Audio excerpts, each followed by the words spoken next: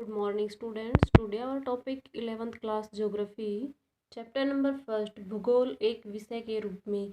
तो इससे पहले मैंने आपको पार्ट सेकंड कराया था जिसका हमारा 1 to 5 चैप्टर कंप्लीट हो चुका है। अब हमारा नेक्स्ट पार्ट स्टार्ट है, ये पार्ट नंबर फर्स्ट जिसका हमने आज चैप्टर फर्स्ट ही करा है।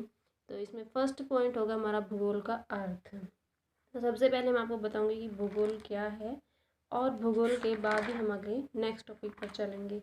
तो भूगोल जो शब्द है उसका अर्थ है पृथ्वी का वर्णन, यानी कि भूगोल दो शब्दों से, यानी कि जो ज्योग्राफी वर्ड है ये दो शब्दों से मिलकर बना हुआ है।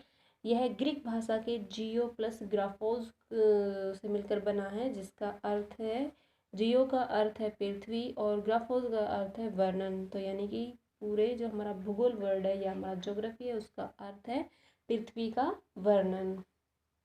इसका जो सबसे पहले प्रयोग किया गया था वो ग्रीक विद्वान स्टेनस के द्वारा किया गया था सबसे पहले। और नेक्स्ट जो इसमें हमारा टॉपिक है वो है हमारा वैज्ञानिक विषय के रूप में भूगोल, यानी कि वैज्ञानिक विषय के रूप में भूगोल हमारा कैसे दिखाया गया है, क्योंकि इसमें हम बहुत सारे सब्जेक्ट इसमें हमने माना है कि ज्योग्राफी जो ऐसे बोलते हैं विद्वान की ज्योग्राफी एक प्रॉपर अपने आप में एक सब्जेक्ट तो नहीं है, लेकिन इसने हर एक सब्जेक्ट से कुछ ना कुछ चुरा के अपने अंदर इंक्लूड कर रखा है। तो इसलिए इसको हम एक विषय मानते हैं, सब्जेक्ट मानते हैं, तो इसे एक विषय के रूप में बना लिया गया है। तो भूगोल जो है उसमें पता मैथ का भी, कैलकुलेशन का भी यूज़ होता है। जैसे इसमें मिड मोड मीडियन होता है, या किसी क्षेत्र का टेम्परेचर हमें नोट करना है तो इट मीन्स इसमें मैथ हमारा इंक्लूड होता है। सेल्सियस, डिग्री, सेंटीमीटर का प्रयोग भी इसमें होता है, जिसमें हमारे कुछ साइंस इंक्लूड हो जाती है। किसी चीज़ की यानी कि डाटा जब हम कलेक्ट करते हैं तो लेटेस्ट डाटा कौन सा, हमारा ओल्ड डाटा कौन सा है, तो इसमें डिफरेंस पता चलता है। इट मीन्स इसमें हिस्ट्री भी इंक्लूड हो जाता है। तो इसी तरीके से इसमें किसी भी चीज़ क्षेत्रों के बारे में पता चलता है, कौन पिछड़ा हुआ है या कौन आगे बढ़ा हुआ क्षेत्र है, तो उससे हमारी राजनीति भी इसमें इंक्लूड हो जाती है। तो इस विषय के रूप में हमें भूगोल से पता चलता है कि कोई भी चीज़ क्या है, कहाँ है और क्यों है, इस चीज़ के बारे में जानकारी हम प्राप्त कर सकते हैं इसके माध्यम से। जैसे क्या है भी, वो पहचान से जुड़े प्रतिरूप, उस कौन से पहचान से वो जुड़ी हुई है। कहाँ है यानी कि प्लेस बताएंगे, उसका वितरण कहाँ कहाँ है ये हम बताएंगे। क्यों है यानी कि इसके निर्माण जो हुआ है वो किसके माध्यम से हुआ है, क्यों हुआ है और किन किन से मिलकर हुआ है। तो ये हमारे तीनों पॉइंट इस ज्योग्राफी में क्लियर हो जाते हैं। नेक्स्ट पॉइंट है हमारा भौतिक भूगोल व प्राकृतिक भूगोल। तो जो हमारा भौतिक भूगोल है का प्राकृतिक भूगोल से प्रत्यक्ष यानी कि डायरेक्ट इसका रिलेशन है।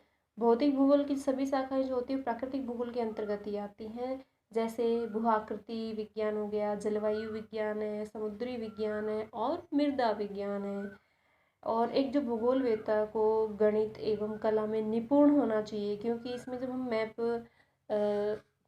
की लोकेशन बताते हैं तो उसमें हमारा गणित मैथ भी इंक्लूड होता है, और उसको बनाने के लिए हमारे अंदर कला भी होनी चाहिए, यानी कि वो मैथोलॉजी एंड आर्टिस्ट दोनों ही होने चाहिए तभी। यानी कि ज़रूरी नहीं है कि उसमें हमारा मैथ कुछ ज़्यादा ही हाई फाई हो, बगैर हम ज़्यादा मैथ के बीच में हम अपना काम कर सकते हैं। भूगोल की फिर जो हमारी देशांतर और अक्षांश रेखाओं का जो अध्ययन होता है वो भी हमारा भूगोल के माध्यम से ही होता है। और उसी अक्षांश व देशांतर रेखाओं में जो डिफरेंस होता है वो 30 डिग्री का होता है, और उन्हीं के माध्यम से हम ग्रिड डाल के मैप की लोकेशन, किसी भी मैप को हम बनाते हैं और उसमें किसी भी क्षेत्र की लोकेशन को चेक करने के लिए सबसे पहले हमें ग्रिड का पता होना चाहिए। अब आता है हमारा भूगोल की शाखाएं। नेक्स्ट जो टॉपिक इसमें हमने भूगोल की शाखाओं के बारे में बताएंगे। जो भूगोल की दो शाखाएं हैं, एक हमारी क्रमबद्ध भूगोल है तो दूसरी हमारी प्रादेशिक भूगोल है। क्रमबद्ध भूगोल के यानी कि उपागम है। तो सबसे पहले मैं आपको बताऊंगी शाखाएं भी बोल सकते हैं, उपागम भी बोल सकते हैं। तो उपागम होता है किसी कार्य को करने का जो तरीका होता है, तरीके को हम उपागम बोल देते हैं। तो इस उपागम की जो खोज है वो जर्मन भूगोलवेत्ता हेम्बोल्ट ने की थी।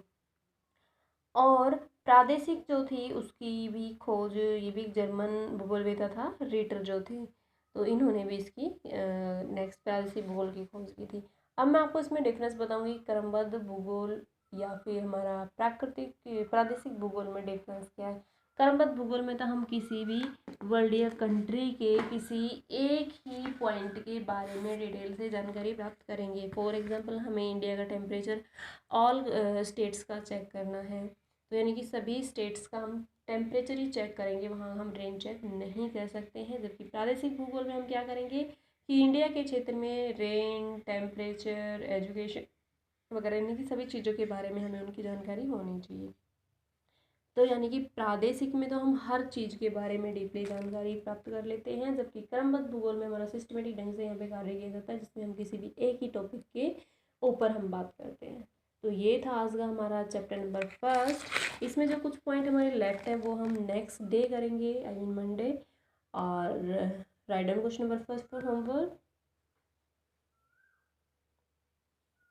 भूगोल क्या है? क्वेश्चन नंबर 2, वैज्ञानिक विषय के रूप में भूगोल का वर्णन कीजिए। क्वेश्चन नंबर 3, भौतिक भूगोल प्राकृतिक विज्ञान पर आधारित है या इससे संबंधित है का वर्णन कीजिए।